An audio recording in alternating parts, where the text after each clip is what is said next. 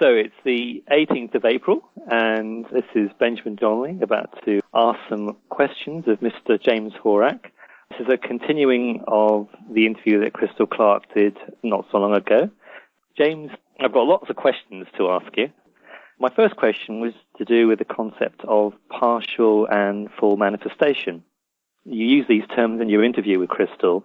I wonder if you could please give us a definition of these terms in relation to each other, and perhaps give a concept or idea of how one moves from partial to full manifestation in thought and deed. It is more conceptual than literal, and it has to do with identity as a species in full complement of both the elegance of preservation of the species as well as preservation of self. We are unique among the species in that we will throw ourselves in front of a bus to save a child. And the idea being instinctively we are absorbed with a preservation of the species. There's no other animal that has that feature, and it's a rather significant aspect of our consciousness. And that we see this declining indicates that we're going the wrong way. Conceptually, as far as our identity is concerned, we have a fragmented consciousness. Consciousness that's not totally capable as it has been in the past when it was unified. I mean, we have like a romantic viewpoint of, I certainly did when I was growing up, of having an alien helping me out and going in front of a bus to save a child. That's just a romantic human viewpoint. Well, we don't even think about it. It's an instinct. Gorillas have a similar instinct, but not that particular instinct. Humans are compelled to be certain ways, and the fulfillment of the human at his best involves a sense of outrage and moral core. That has declined. Our ancestors in America, for instance, started a revolt over increased taxes and rather unresponsive government in Great Britain, run by a monarch who was losing his mind. But today we have 20 times the cause to be upset they had, and yet due to media bombardment operating against our self-interest, we have very little sense of outrage, none in the aspect of a healthy sense of outrage, which is just an aspect of our territoriality as animals. And that's not even working for us. Partial manifestation is a declining consciousness. It is one that loses touch with reality easily, that can be mind-controlled easily, that can lose the perception of the bigness of the universe, of the way in which things are connected, can even denounce on the basis of how a thing is programmed to the mind the appreciation of design. Some of the things that I've discussed, I find that if I get into the spiritual aspect of it, I anger a great many people to the extent of being outraged, because they've divorced themselves from design, they've divorced themselves from anything that could suggest God, and yet they are all victims of something much less an ideal, and don't seem to be worried about it at all. Sort of like an extension of that, I was thinking about this concept of a holographic reality. Some people form the opinion that this is just a hologram, and so nothing really matters because it's just a hologram. However, from what you said in the last interview with Crystal, everything seems to have a purpose and design. When I think of hologram, the thought that comes to my mind is that there must be a point of imitation. In other words, the hologram is something partial of the real thing. Is there a point of origin of this hologram, and is the real object of the hologram what you would term full manifestation? We are too mechanistic on this planet. We don't realize that there are forms and aspects of energy that don't comply with the minute understandings we have of electronics, of atoms, of electrons, and the way in which they operate along the conductor. Tesla understood that. What made him magnificent is that he went so far in understanding that was uniquely his that he couldn't share it with others. And that is the distinct difference between someone that has had access to higher levels of technology and science that exist off-planet elsewhere. They wouldn't be able to explain it to someone that had been burdened by these false notions of how things are put together and how they keep running. Yes. You create an illusion, and that illusion parallels your idea of a hologram perfectly, because both are like a bubble, and both of them can burst just as easily. You don't hold with the concept of the hologram, then you interpret it as something else. No more than I do of electron flow through a conductor, and absolutely not an agreement of most of the science laws that are set down. Principles, yes, you have some concrete examples of principles in science, but all laws are limitations.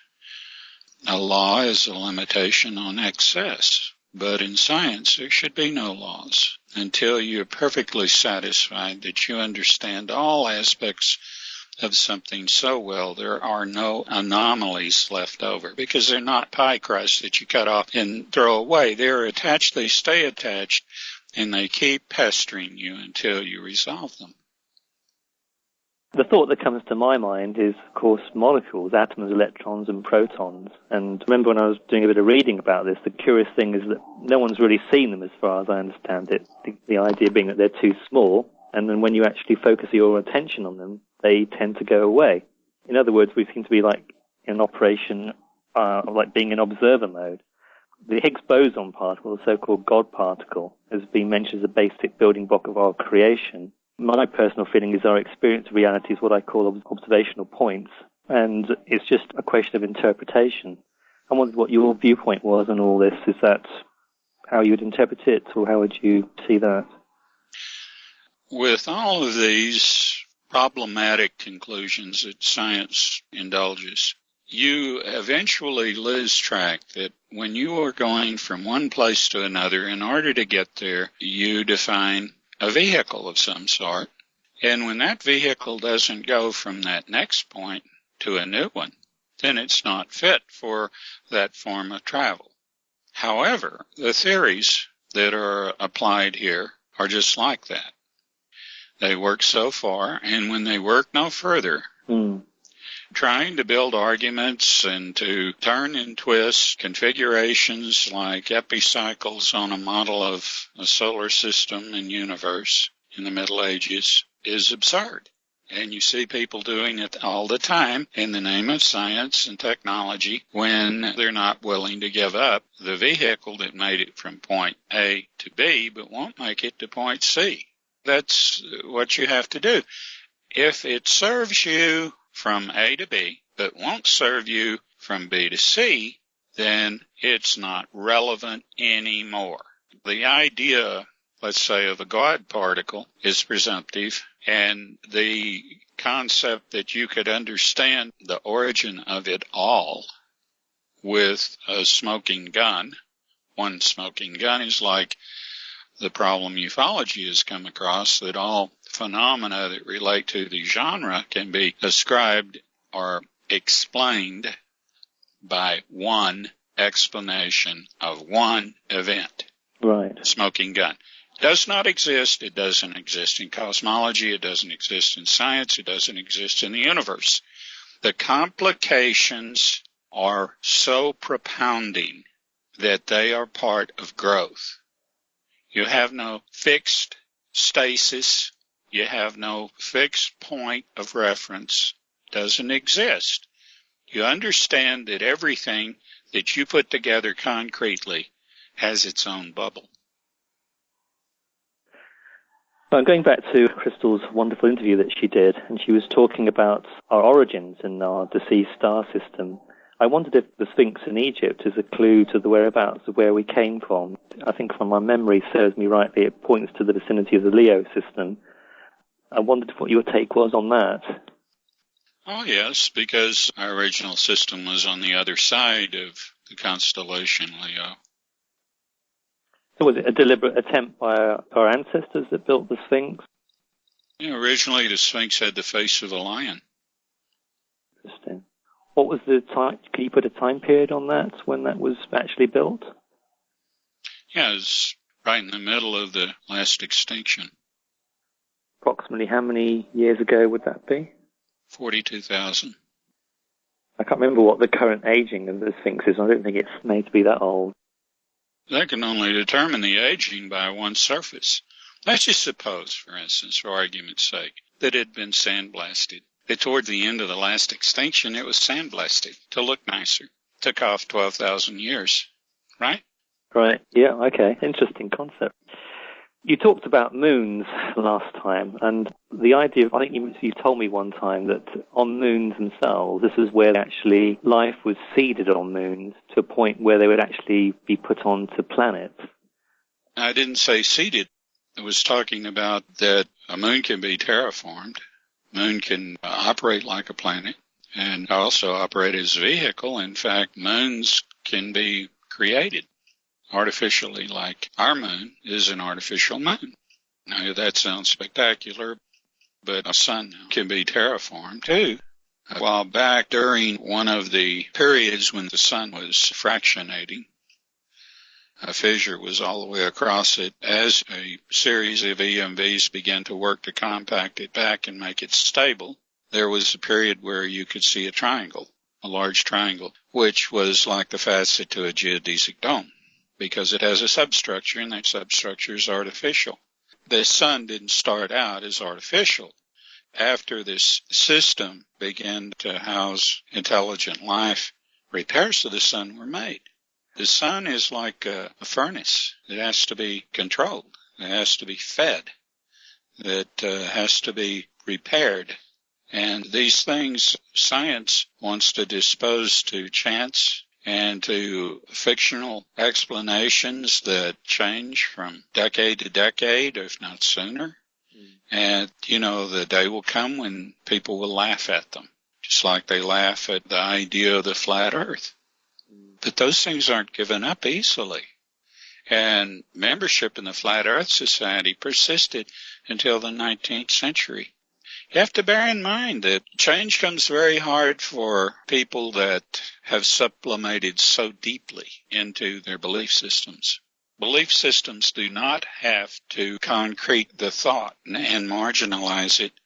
Belief systems can be controlled by the moral core that I talk about. If you have made, as a rule of thumb, that you will pursue the truth above everything else, and that you will give everyone their due, including their thoughts their due, you won't be concreted into your beliefs, and your beliefs can grow, change, and sometimes maybe you can just leave them and go on to something else.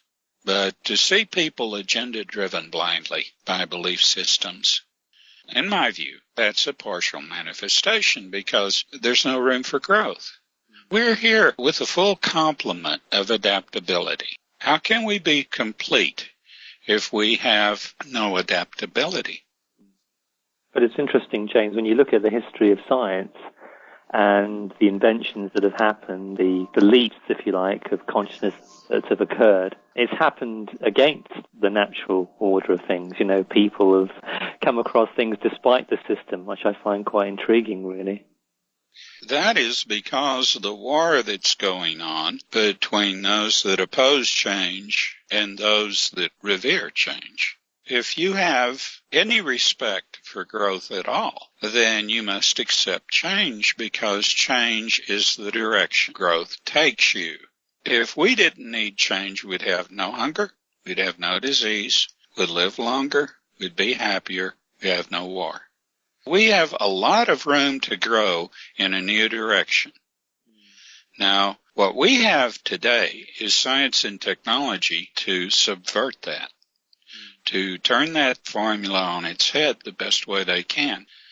Now, that is corruption. That's a corruption not just of the ideal, but it's a corruption of science and technology, because when science and technology no longer serve man, then they're useless. They're worse than no science and no technology at all. It's interesting you say that, because today I was looking at the front page headline of one of our UK newspapers, and it had an article by Tim Berners-Lee. Remember Tim Berners-Lee, the guy that gave us the internet? And he... Yeah, I thought it was Albert Gore. Well, you're probably more right, but that's what he's known for anyway. And what he says is that the policing of the internet and all that's happening around that is just making it totally redundant, and it needs to stop, or it will just lose its purpose. That's right. That's right. Well, that's a good illustration of my point. We live in a time when things are moving so fast that a lot of people that wouldn't otherwise wake up are waking up because they are seeing people like me and you, and we're conspiracy theorists, or were. We were conspiracy theorists 5 years ago. Today, we are the new prophets, and people are waking up to that. They're seeing that. For most, however, it's going to take hunger. It's going to take hunger.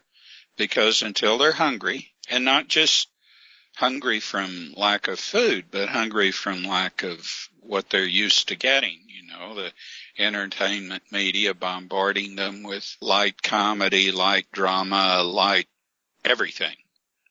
When that stops, and when the tune that they have danced to for so long stops, and there's a lull, and they look around them maybe for the first time, they'll see things they denied were there. They can't deny so easily anymore because the comfort zone they were protecting is an illusion they can't sustain anymore. Even with the most burdened rationalization they can't sustain. Just look around. We're beginning to face so many things we took for granted as being true that we are compelled today for our own survival to re-examine for truth, like vaccinations, like assuming that the standard medical practices are voiced of wisdom instead of greed. And when we realize that the agencies of the government are as corrupted as any criminal organization, then we don't just step back. We step back long enough to get our hands on something to come forward very quickly. And that's going to happen. Something that is elegantly going to happen, but it's going to happen. Huh. Yeah, I mean, I think as far as the agencies go, I was going to move us forward to JPL and NASA, and I wondered if you could comment on what we're all familiar with as our planets in the system. Do you think that there are phenomena out there, there are planets that they haven't accounted for? Yes, and that's admitted. There are planets in our own system they haven't accounted for. There must be a reason for that. Do you think it might be because it challenges our present view of... Absolutely. Absolutely. It challenges everything. You see, when you base a model of anything in parallel with the power structure, according to the power structure, both has to be inviolate for that model to reinforce the authority of one with the other. The church had to make the earth the center of the universe, didn't it? Yes. The church had itself to be the center of God's love. It had to be endowed with the ultimate authority over everything. It had to relegate everyone to absolute subservience with the fear of heresy if they did not submit. Was it Galileo or Copernicus that got persecuted, or both? Both. Both of them. Galileo had so many friends, and he was a very interesting character. He was a great conversationalist. Very intelligent and witty, or he wouldn't have survived. If he hadn't had so many powerful friends, they would have burned him at the stake for being a heretic a dozen times. But he was threatened with heresy so many times that I would imagine probably 25 times in his life. And all he did was say, look, there are the telescopes. See if you can see what I can see. Uh-huh. That just... Now, speaking of telescopes, I'm curious that given how many telescopes there are on this planet and the fact we have the Hubble telescope, how does a cover-up take place exactly? Are the telescopes under close scrutiny, or are they only allowed to view certain places? Well, if you look, Benjamin, you'll see that a lot of the new comets that have come through, including Hale-Bopp, are all discovered by amateur astronomers. And there's no way that a professional astronomer with one of these refractory telescopes or radio telescopes didn't pick it up first. Huh. It's just that when this person, this amateur astronomer, was giving credit, he was just the first to bring it up and point it out. he was the Galileo. Look, see, it's there. I mean, I remember with the Hubble telescope, didn't they have a problem with the lens or something? Oh, yes, when it was going by Saturn. Yeah, because I know, I was very excited. Oh, it's really funny. If you've seen pictures of them grinding that lens, you know that they can't grind that lens in outer space. They have to bring it back, and they put it on a mill table, like it was a piece of metal, holds it down, and they bring a diamond cutter around the edges of it to bevel it just perfectly. It's almost a semi-facet. What it does is it prevents distortion. So if there was any kind of aberration in that lens, they would have to bring it back to Earth. What they did is they lied. They said, oh, there's an aberration in the lens, so that while it went through Saturn, the images that it took, they didn't have any compulsion to share with anybody, so they could see those EMVs. My God. Huh. And so, how did they repair it? They sent somebody up who messed with the little focus telescope on it. It didn't touch the lens. There was nothing wrong with the lens. And of course, when you're getting data, that focusing telescope doesn't have anything to do with the operation. It's just incredible the things that these people are holding back from humanity. I mean, the images that they must be privy to that we're not, it kind of makes me angry, really, and also very sad. Well, I'll tell you something right now. There are a ton of astronomers that if they hear us talking right now are going to be throwing their hats up in the air and saying, finally, yay, because they want this out just as much as we do. You got a lot of good scientists. You've got a lot of good astronomers that despise Carl Sagan, for instance, just as much as I do. I mean, God bless his memory. As far as the position of these telescopes, and is that very closely monitored? Yeah. It is. Well, it's a job to move the barrel of one of these observatory telescopes to focus it in on an area. And so for that reason, they're very scheduled in where they put it. And when it's not in use, you can rent time on it, but it has to be in that area. So the area you want to look at has to conform to the area where that telescope is generally already, because they're not going to move it very far for you. It's a big deal, because everything has to be done. It's not easy. It's expensive and time-consuming, which I understand. But these telescopes that they have today have incredible capability. The optics on these telescopes is just, they're not telling you about, because they don't even want you to know the optics they have in the satellites, in these spy satellites or whatever. They have optics you wouldn't believe. But telling you what capability they have, then you'd be asking, well, why can't we get some good pictures of the moon? Why can't we get some good high-resolution pictures of Mars? They wouldn't have any excuse.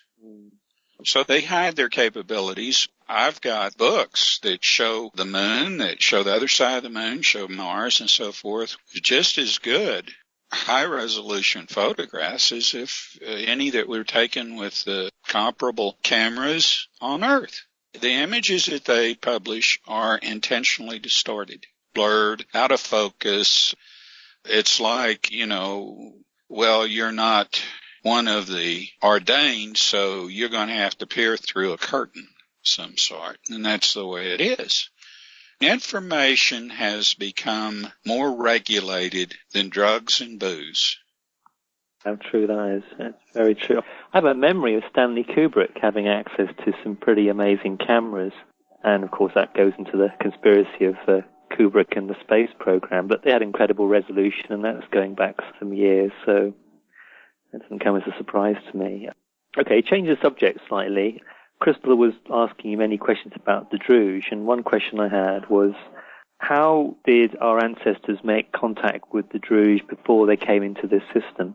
I mean, you've mentioned that there were other people living in the system at the time. Why was it that they didn't make contact? Why was it the Druz specifically that made contact with their ancestors? Was there a reason for that?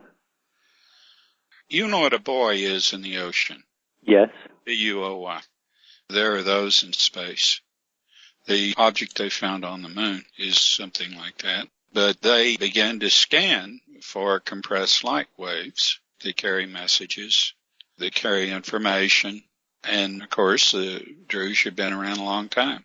we're talking about a civilization that was much older than ours in the system we came from, and had changed, had modified itself so many times that it had become disgusted with matter, with having to conform to the exigencies of the flesh. But they still had put out information because they hadn't lost all aspect of the gregarious nature all intelligent civilizations enjoy.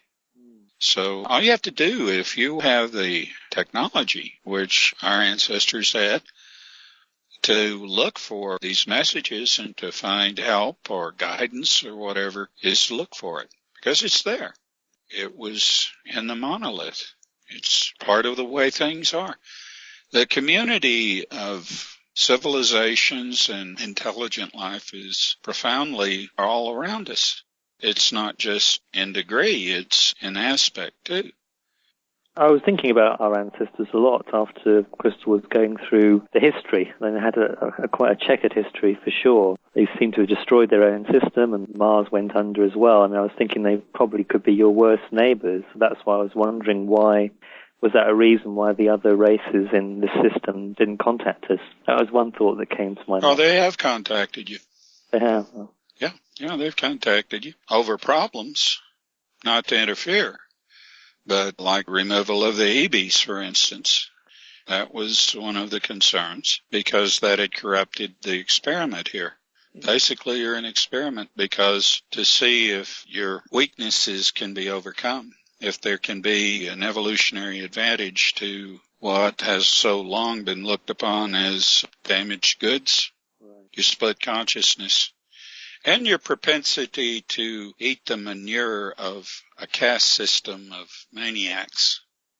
But James, even before split consciousness, we seem to be having disasters, so I was wondering whether it's something that goes deeper than that. Is this why after so many extinctions we are prone to the same mistakes? Is that how an elite keeps forming? Well, those are questions that the people that didn't stay on Earth and are relocated elsewhere now are very sensitive to. And that's why they are your worst critic. You see how that plays out. Yeah, that makes sense. Okay, going on. I had a question also about the Neanderthals and Cro-Magnons. We've all got a little of Cro-Magnons and Neanderthals in us.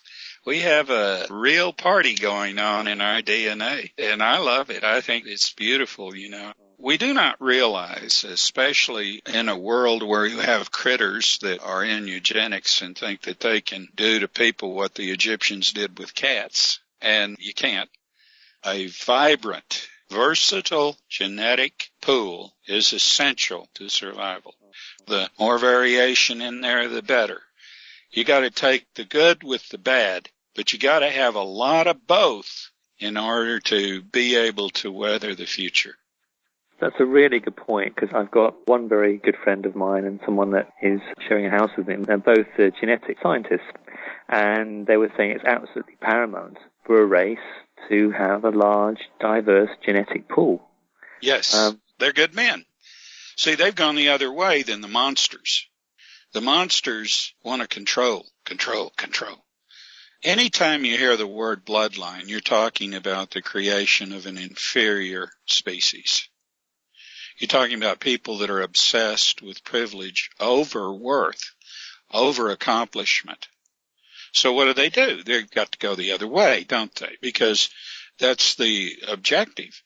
You know, if they can fool you into believing that bloodline is advantageous in the evolutionary sense, if they can fool you into believing that, then you've already bought the lure, the hook, the sinker on a 3-inch cable. Bye. What I tend to find with these guys, though, is that they tend to co-opt things and usurp them. So often you can have a tendency to just ignore what they're doing, but they've actually, for example, with the bloodline, I think there is something quite interesting about blood groups, but it's not what they say, it's something else. No, you're absolutely right. There is something interesting about them. I refrain from talking about them because I don't want people to take the wrong notion about what I'm talking about for the same reason that when I'm talking about population control, I'm not talking about depopulation. I'm not talking about selective procreation or anything like that, because after all, variety is very important, and people have their own right to choose who they want to have offspring with. The state should stay completely out of that. But there are times when, due to the situation or the circumstance, like right now, who in their right mind brings children into this mess? I know. I mean, Neanderthals and Cro-Magnons, they were on Earth prior to our ancestors arriving? They were here when they arrived. And so the Earth was very unstable. I think you mentioned that it was being hit by asteroids. So how were they surviving? Caves underground. They came out to find food and went back very quickly. They had a lot of skills, organization. Both had shaman. Both had keen survival ability.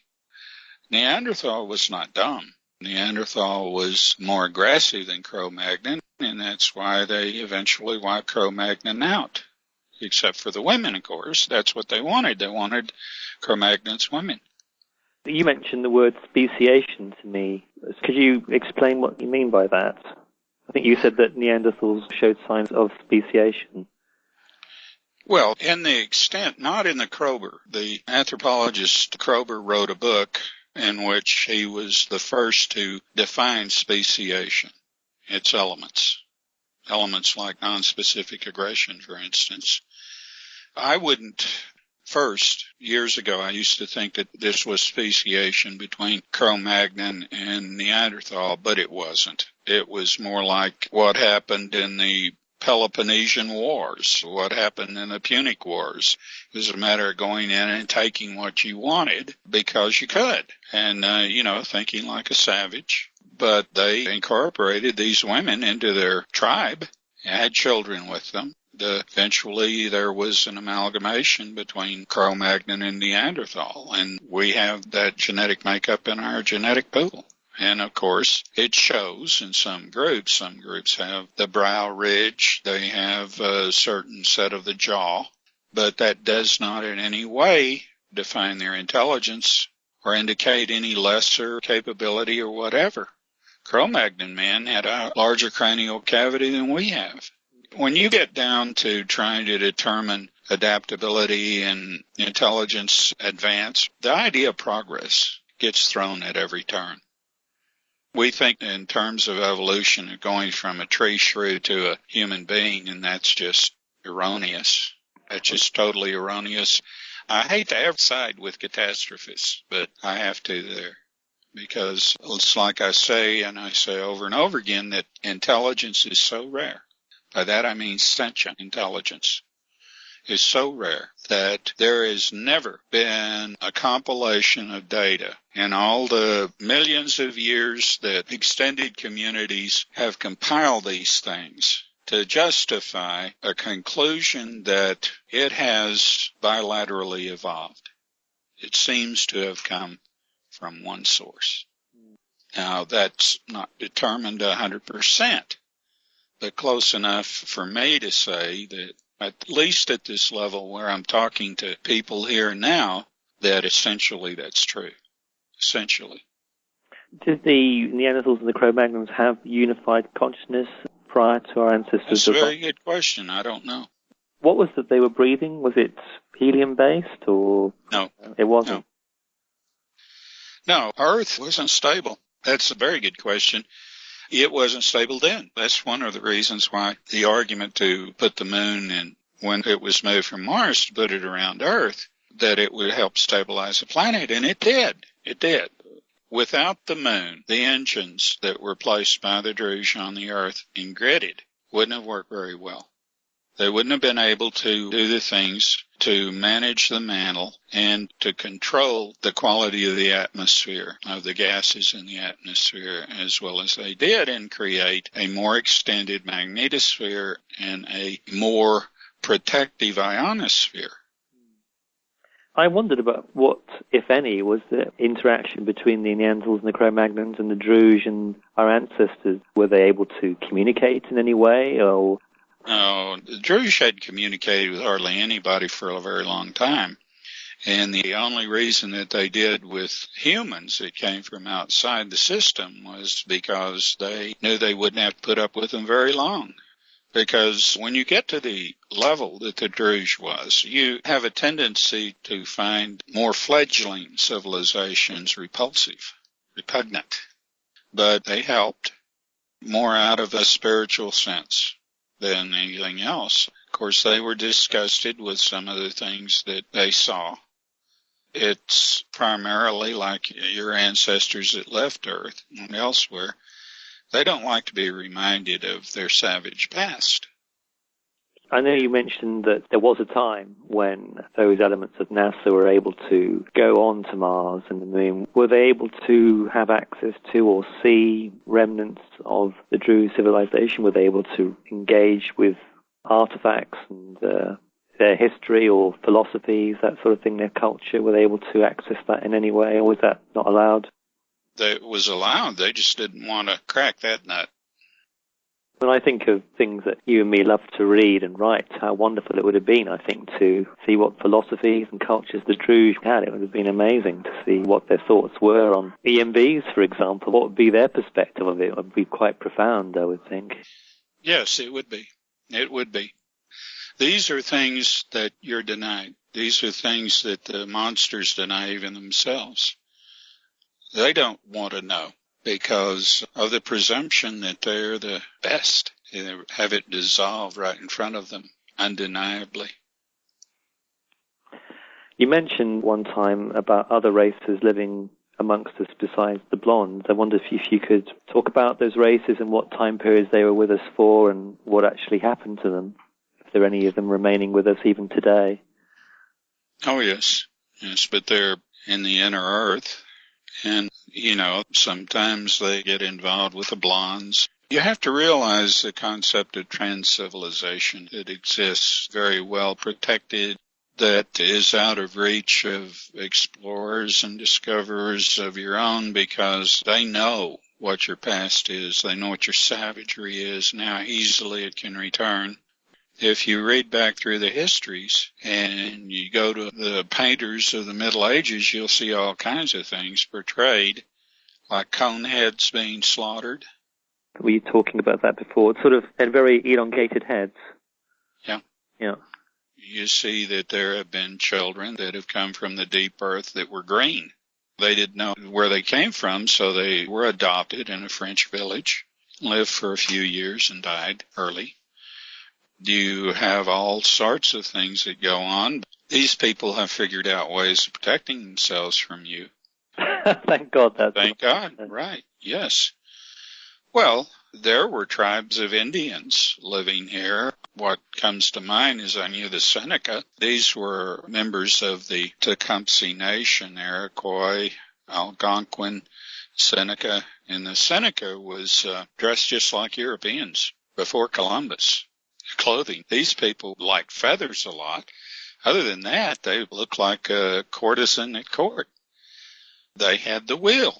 They didn't use it for a carriage or anything because they didn't build roads. They didn't want to desecrate their sacred lands.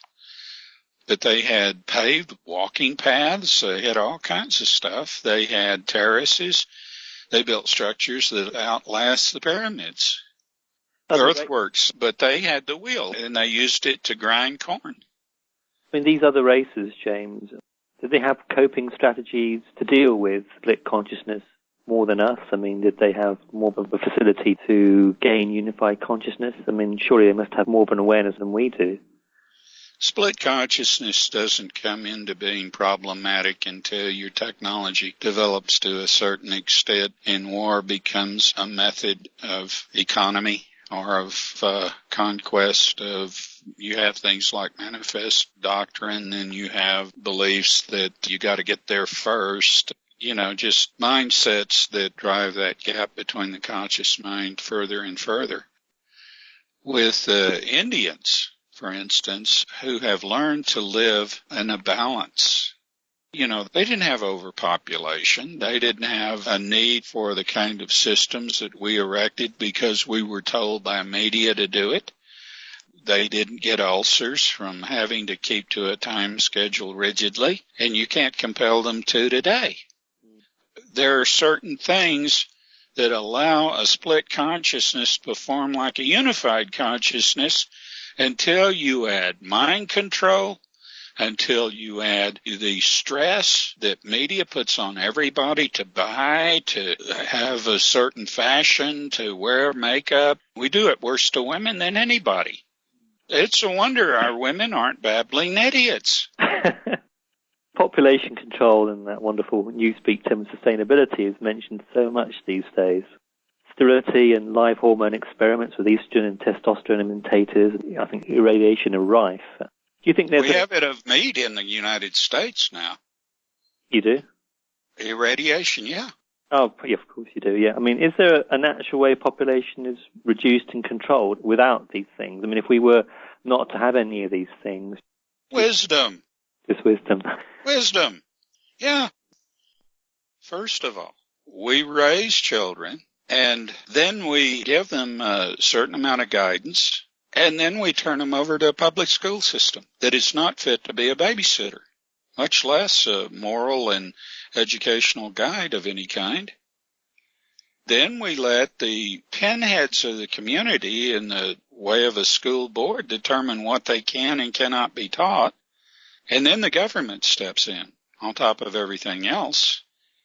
And before it's all over, political correctness raises its ugly head, and that is the fascism of the 21st century, political correctness. And what agenda does it serve?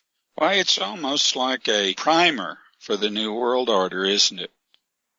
Yeah, if you look at the programs we have in the UK, we have programs to do with judgment, loads and loads of programs to do with judgment, people judging you that probably aren't fit to judge. It happens a lot. You're having to get used to being searched a lot, of always being the guilty party, getting used to being controlled in so many ways.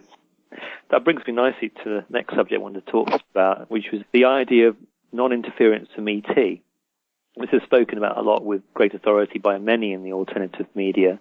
The Brookings report categorically laid down the fact that we would be corrupted by an advanced civilization. And Arthur C. Clarke's book, written almost under duress, speaks about ET inevitably dictating terms to our world. I think the book that has that in its childhood's end. Yet without so-called interference, we would have exterminated ourselves long ago, and life would be severely compromised. Invasions and certain groups of ETs are mentioned as terribly evil and ruling the show here on so many levels. Yet, as you pointed out, we can do a great job of killing ourselves off without any help from ET. So what is the observable paradigm as far as ETs are concerned?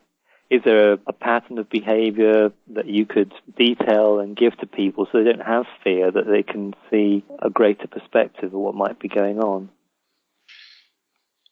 At one time, the beginning of a system that was friendly to complex life was highly engineered, highly directed, highly precise, highly controlled project. But after a profusion of civilizations and extended communities developed, then it's more a matter of chance. And as things, as contingencies and exigencies and failings, disconnects, different things happen. You know, there are all kinds of possibilities. Things today are made to accommodate those changes rather than start off from scratch.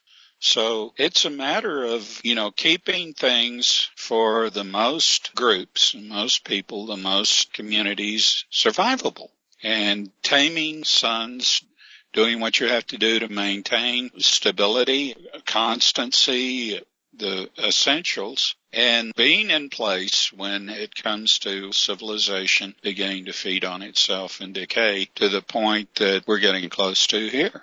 It's not an aspect of decline to destruction. It's a growing pain that's either going to be evolutionary or it's going to destroy the survival of that civilization, that planetary civilization, or sometimes even a system.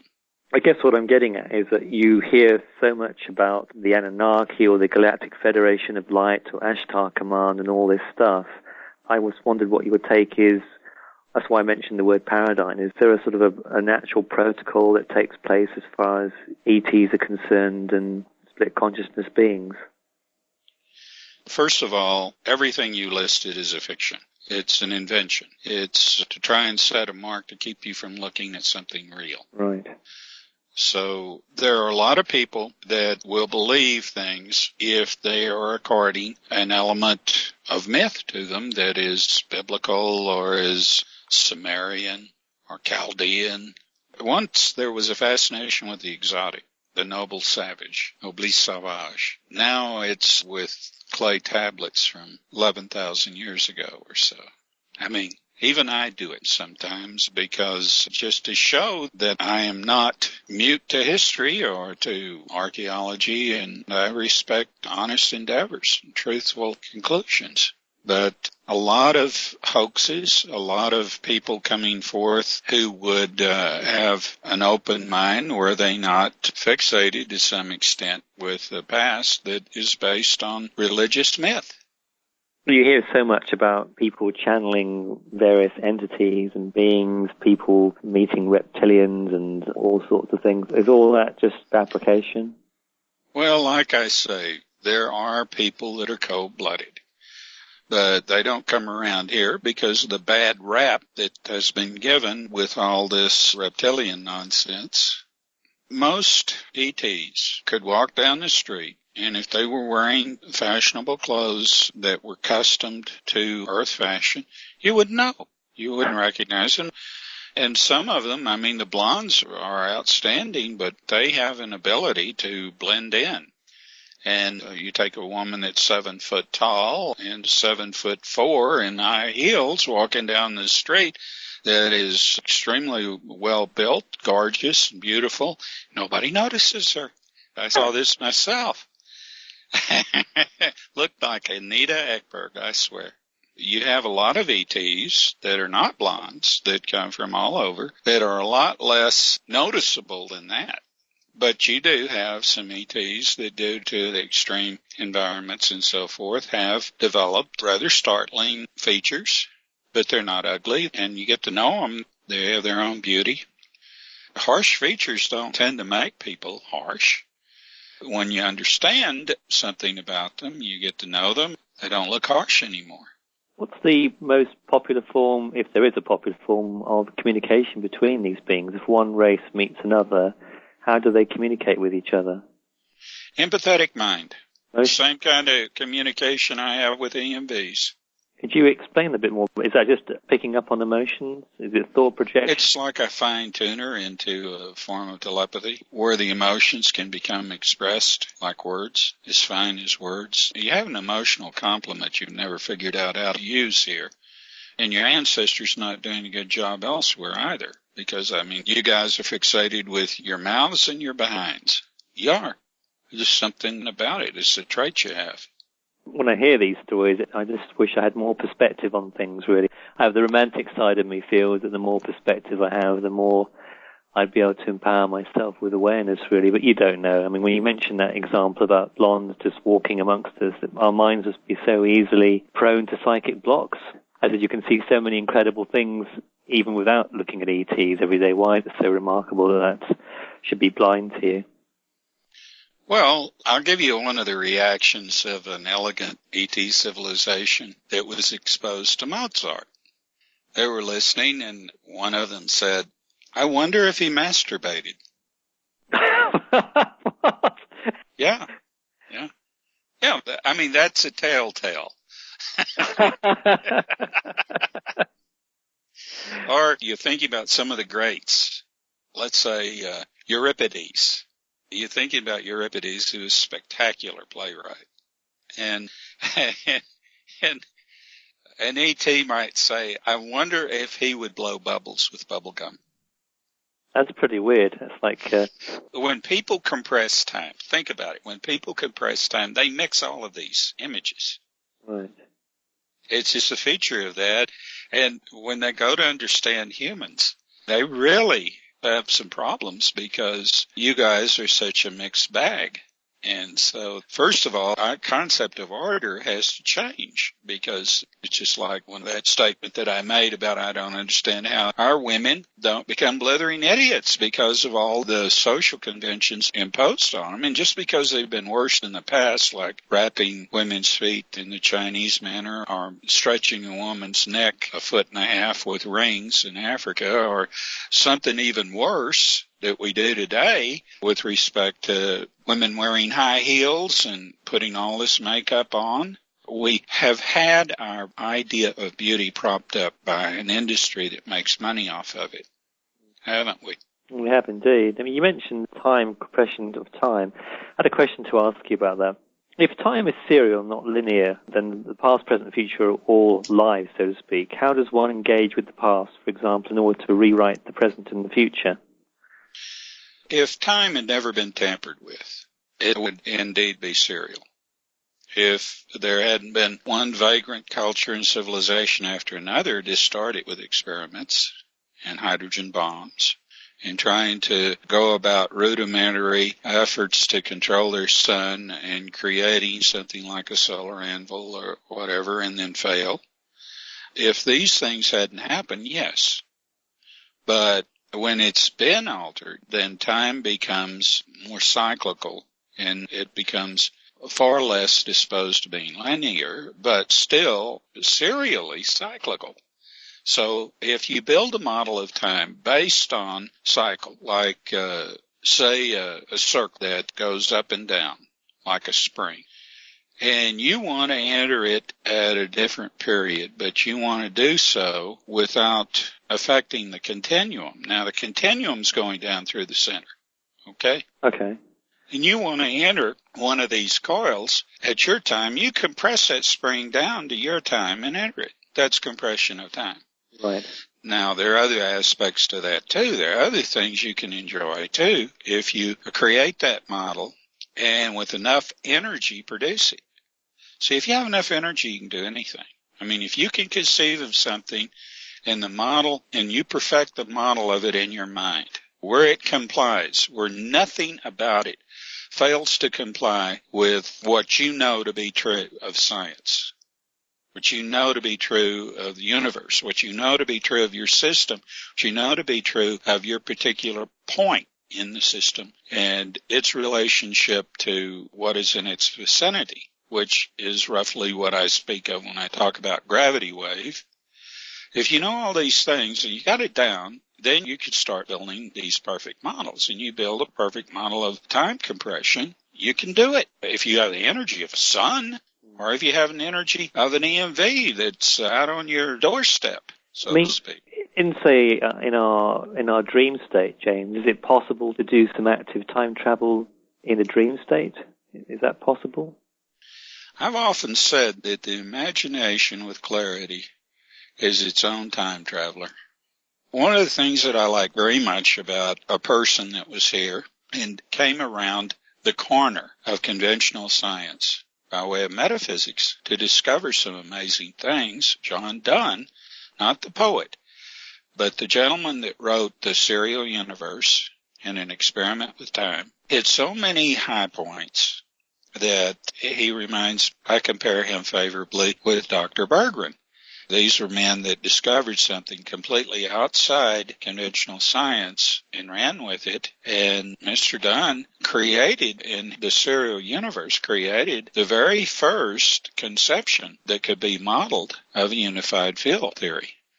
When you're on the right track about something, develop clarity about it, you'll be surprised how many incorporations that it makes with so many other things yet to be discovered. And that's what that book is so valuable about. My first introduction to that book was through a gentleman that was a Rosicrucian. And he had kind of conspired with an ex-wife of mine who was a German Rosicrucian to join the Rosicrucians and so forth. And after a lot of pressure, because I cared for both of them and because they seemed to be conspiring against me, I guess, be a way of putting it, I joined the Rosicrucians for a short time, and this gentleman asked me to give a report on to this group of Rosicrucians on that book. And he had loaned it to me, and I was astounded by it. And, of course, about the same time, I got my hands on a Rosicrucian Kabbalah. So I told JT, that was his name, a master plumber, by the way. He kept bees, too. I told him, I said, JT, you'd be surprised about the relationships that I'm finding between, it's like just something just clicked together, was put in my path with this Kabbalah and with this book. And he says, oh, my God. He said, would you talk about it? And a lot of things happened in between. I never got around to doing that. I know that I disappointed him greatly. Oh, dear. Okay. But, I didn't want to be a Rosicrucian anymore. Let's put it that way. Right. And the point I'm making is that any time that you observe clarity, you get into something and you respect its own integrity with your own integrity. That's clarity. Then things happen. Doors start opening. I don't believe a single person that's ever discovered anything wondrous has done it cold. They've done it like that. We have a question for you from Crystal Clark. She says, if Cro-Magnon and Neanderthal were seeded with sentience in an atmosphere that did not have helium, does that mean the universe was intentionally trying to create a new variety of sentient humans without it, a new experiment? Well, that's a good question, but I don't think they evolved here. I think that they were people that had been here an awfully long time, but had survived something that went before, and then over a period of thousands of years adapted to this extreme condition planet. And somewhere along the line, Cro-Magnon arrived, and maybe a spaceship crashed or whatever, and they survived long enough. There may have been a contingent of them. I think that might be what created those carved-out passageways and caverns in the Grand Canyon, where they found so many things that had long since eroded or whatever, but showed a highly advanced technology. Might be where they came from. There were things going on millions of years prior to that. There could have been giants. Look at the dinosaurs. And the fact that they have found human footprints in dinosaur tracks crushing a trilobite. So at one time there was a great adjustment made for the sake of economy of space. And when that adjustment was made, a uniformity came about in the size of intelligent beings. Because they're gregarious, so that they could meet and associate, and one wasn't 30 feet tall and one wasn't 3 inches high. I remember reading a book by Lana Corinne Cantrell called The Greatest Story Never Told, and she mentions in the book that bones of giants were often put in with bones of dinosaurs, and they knew very well that they were not one and the same thing, but they tried to put them together to cover it up. That's quite possible. I've seen a couple of things myself in my own experience. But what I dislike and why I usually stay off this subject and don't want to talk about it is I don't want to feed the religious myths that are associated with giants. Right. Giants have not lived in any of the lineages of a man on Earth. There have been people 7 foot and some extraordinary people taller than that. Yes. But they're rare. They are usually associated with a genetic quirk or a condition, if they're taller, let's say, than the blondes. I dislike feeding these religious myths that don't start off with evidence, but they start off with fancy. And then that grows and grows and then is fed, and people are out there looking for ways to feed them. That's not objective. That's not science, and I don't like to add to it. I can put in the same category, I think, when I've heard people talking about the Anunnaki and looking at various things in the past. It annoys me how they just seem to be able to jump to the conclusion. They come across something in the past, they want to attribute it to these beings, and that doesn't make much logical sense. Anyway, let's move on. When the decision was made to move to Earth, you mentioned one faction went to Venus and joined the civilizations that were there. Were there other factions besides them that inhabited elsewhere? Would you be at liberty to give a ballpark where? Did they leave any mechanisms behind that would enable them to keep an eye on where we were consciously, and if so, where? The only ones that survived are incorporated into other systems, other civilizations. The only one that I'm aware of that has established itself pretty much the way it was a quarter of a million years ago is the group on Venus. Right. And these are the people that, when things were not going very well on Mars, different factions went different ways. So one faction went to Earth and one faction went to Venus. Is that correct? Yes, they didn't like the idea of the caste system. Interesting. And we've got another question from someone else here. They've put, what is it about the split consciousness that is so worth saving from the viewpoint of E.T.? Is it our sense of humor and our musical ability? And following on from that, does E.T. have the same kind of music that we have? And does it evoke emotions in the same way it does in humans? No, it's different. It's different between ET civilizations. It takes a while to appreciate your music, but it has its own intriguing melancholy. It has its own power. It generates emotional reactions that have not been experienced in a while. And some of your music is raw, and even some ETs have a taste for that. But as far as your value of split consciousness, that remains to be determined, whether or not it can come under control and it can be civilized to the extent that you can get rid of aberrancy individually and collectively. Now, I think it can be done because as long as it imbues equally with your sense of moral outrage as it does with other facets, I think that's quite possible. I don't see why it couldn't be done just as easily as with unified consciousness, because all people with unified consciousness are not wise. I mean, the split consciousness that we have, well, I don't know. I don't have the perspective that you have, but there seems some admirable qualities. And my warped sense of humor doesn't seem to be totally aberrant, you know. I mean, maybe that's debatable. I don't know, but. Well, I don't think your sense of humor is aberrant. Aberrancy is when a person drifts beyond human decency. You know, human decency is found in the things that we share as innate goodness. Like, we should all care about children. All children should be regarded with care and regard.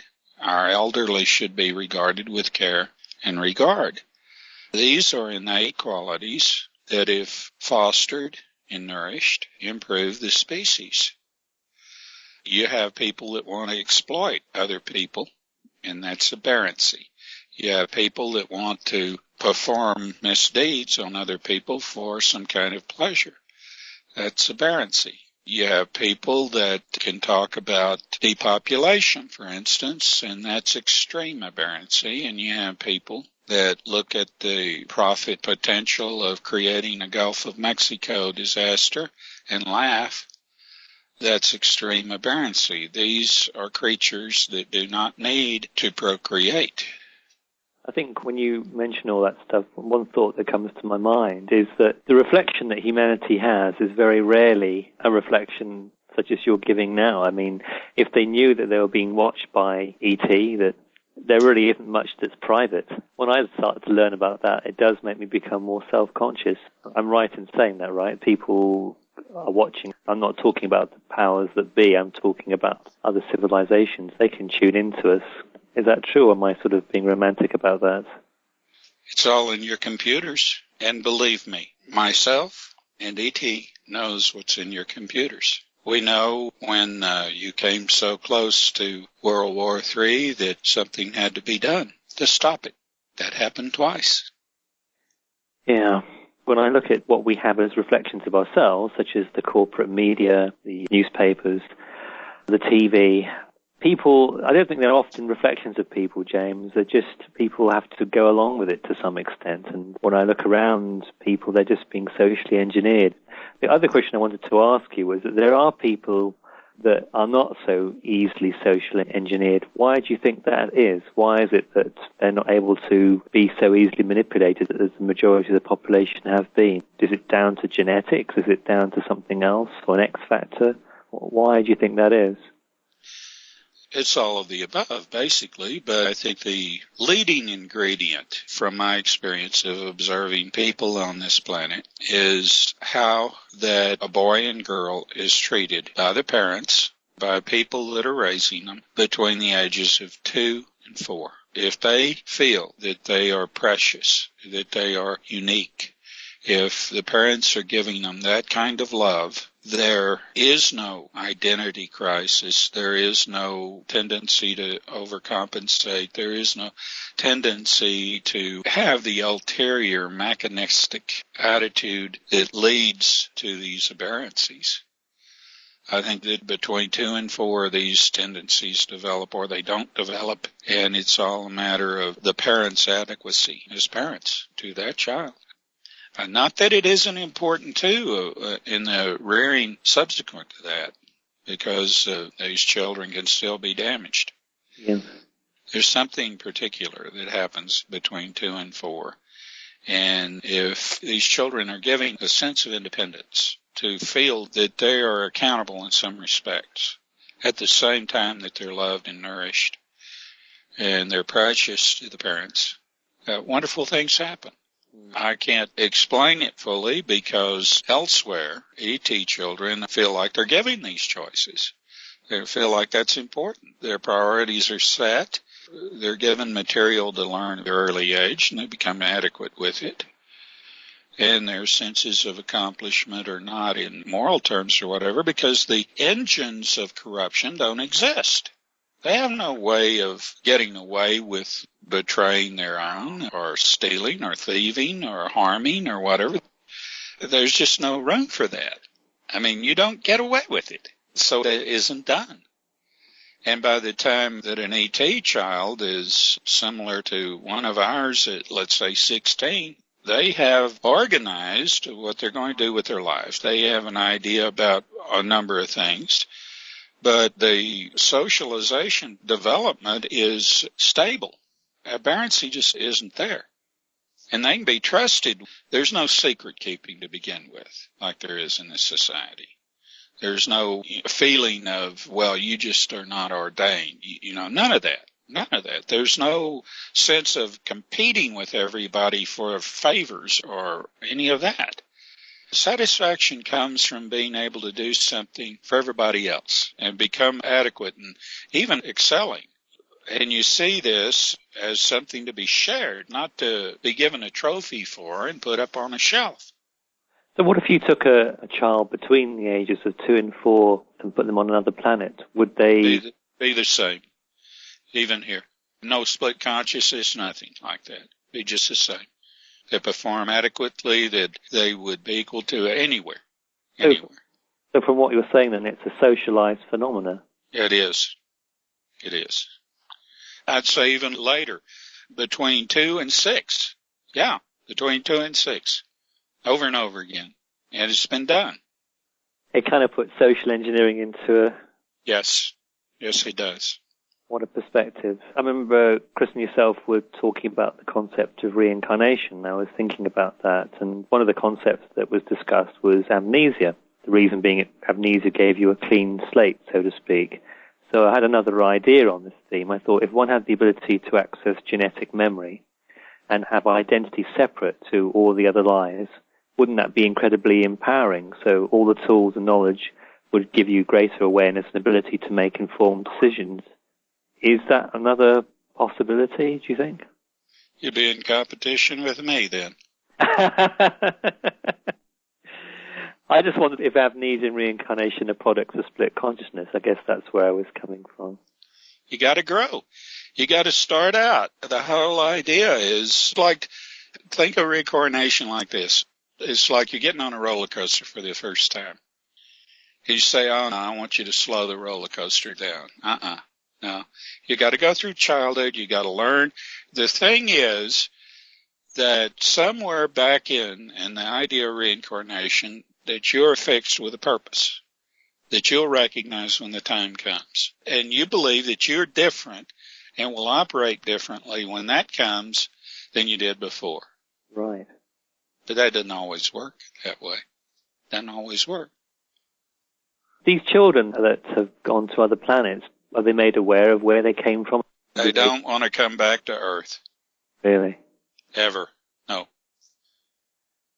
Some of the abilities that they had that might have been geared for this planet, has that been modified? What happens to children?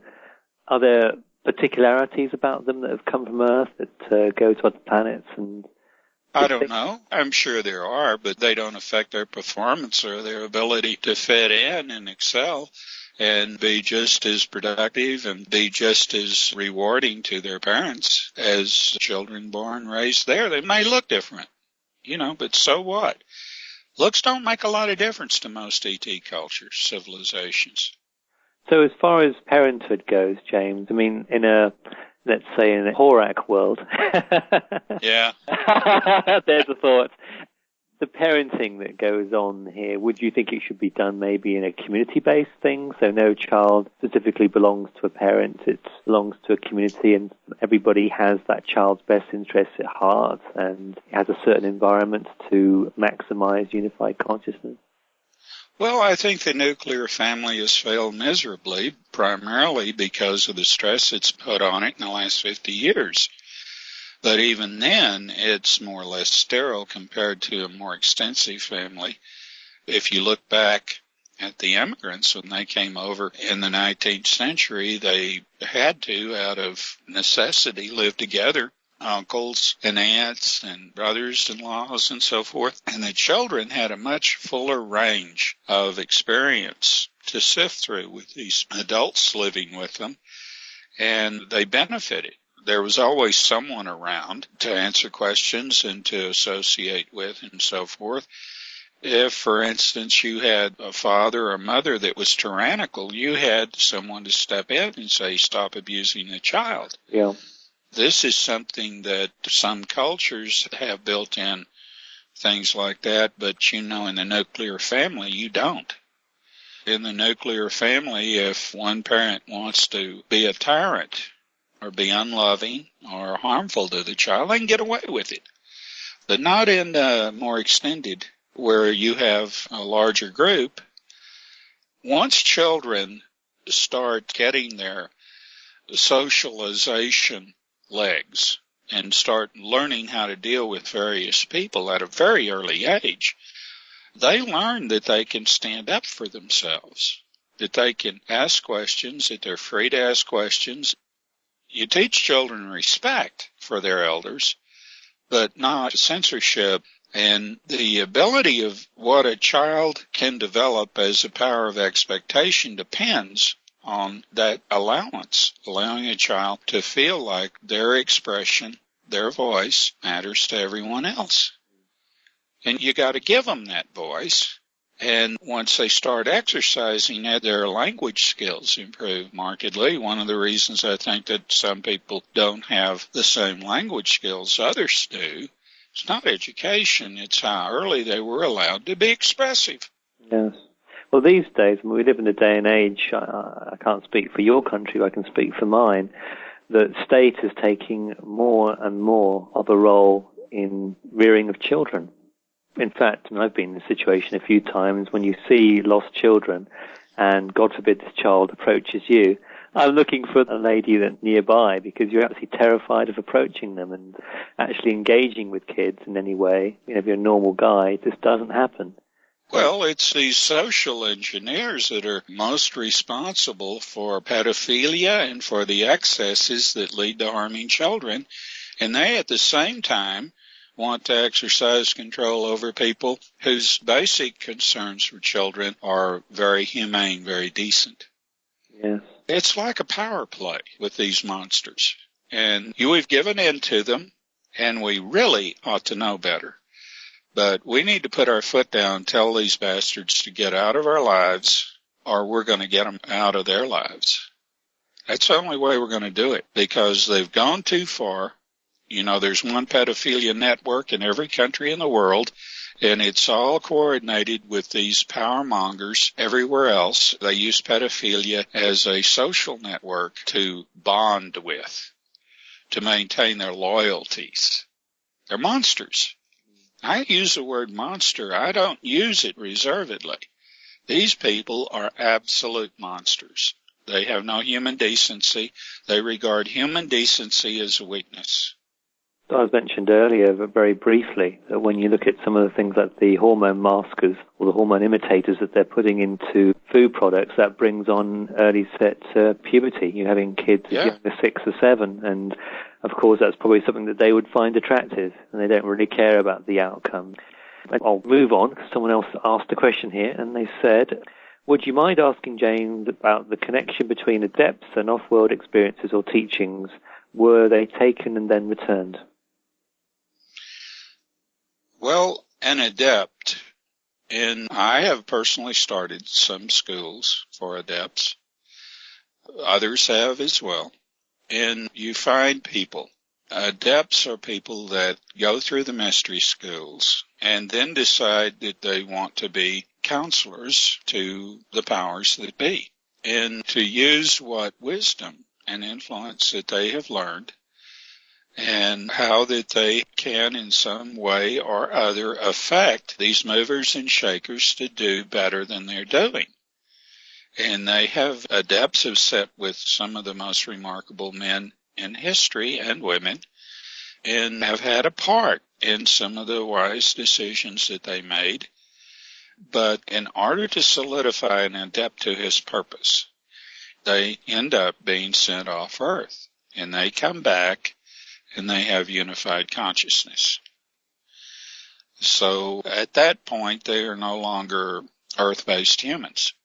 And they can get to a point where they don't want to stay here any longer, and they are given the right to decide to go elsewhere. And in the last few years, all the adepts have left, which is not a good sign.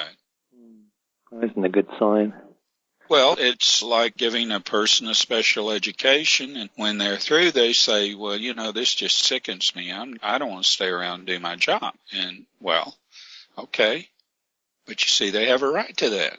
They have a right to that. I can't argue that they can make a difference, because, let's face it, the people that are the power brokers in the world today are all monsters. You have some exceptions, but they're not going to get to the top. And if they do, perchance, they'll get executed, assassinated. It's going to take removing them and removing the system that put them in place. It's going to take that, and there's no other way around it. It can't be done through the system. People that think that it can are daydreaming.